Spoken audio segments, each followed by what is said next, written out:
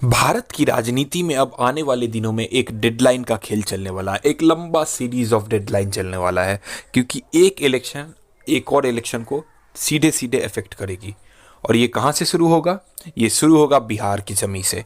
जी हाँ, उसी जमी पर जहाँ पर बीजेपी ने बहुत अच्छा फल किया था लोकसभा इलेक्शन में। तेजस्वी यादव अकेले थे, कांग्रेस अकेले थे, सीपीआई अकेले थे, वरना एक अच्छा रिजल्ट देखने को मिल सकता था। जाति समीकरण की वजह से बीजेपी को अच्छा रिजल्ट मिला और उसमें चिराग पासवान ने एक अहम मुद्दा निभाया। लेकिन अब नीतीश और चिराग ये दोनों ही बीजेपी के विरुद्ध जा रहे हैं। ये दोनों ही अब बीजेपी की नीतियों से अलग चल रहे हैं। हमें ये नहीं भूलना चाहिए कि 52 लोगों की ये सरकार है। 52 एमपी अगर इधर से उधर हुए तो सरकार गिरदा तो दूर, इंडिया गठबंधन का सरकार बनना भी तय हो जाएगा।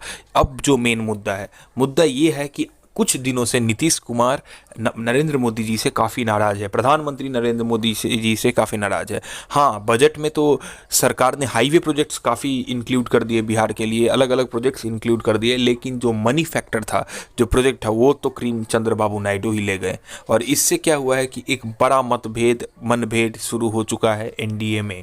और ये एनडीए तक सीमित, सिर्फ जदयू तक सीमित नहीं है। इसकी जो पहुंच है ये पूरी तरीके से रामविलास पासवान की पार्टी जो लोजपा है उसके अंदर भी चली गई है। और चिराग पासवान की पार्टी को एक बार फिर से तोड़ने की जो कॉन्स्पिरेसी है वो चालू हो चुकी है। और वो कौन कर रहा है ये बोलने का ज़रूरत हमें नहीं है, आप सभी जानते हैं इसके पीछे कौन रहता है ज़्यादातर।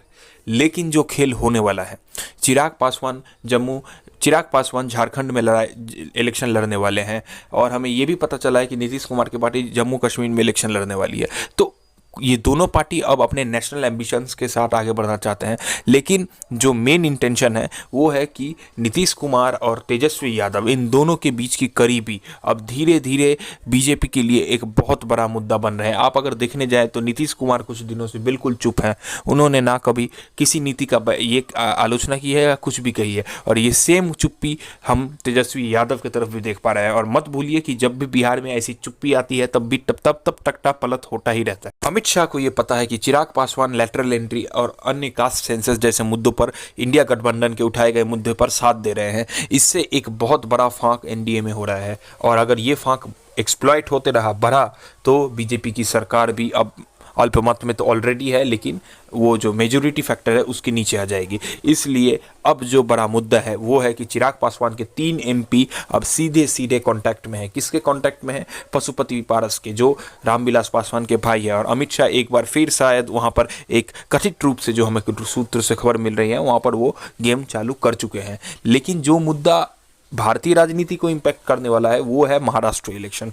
महाराष्ट्र इलेक्शन के बाद हमें बिहार के जो राज्य है, बिहार में भी इलेक्शन आने वाले हैं अगले साल।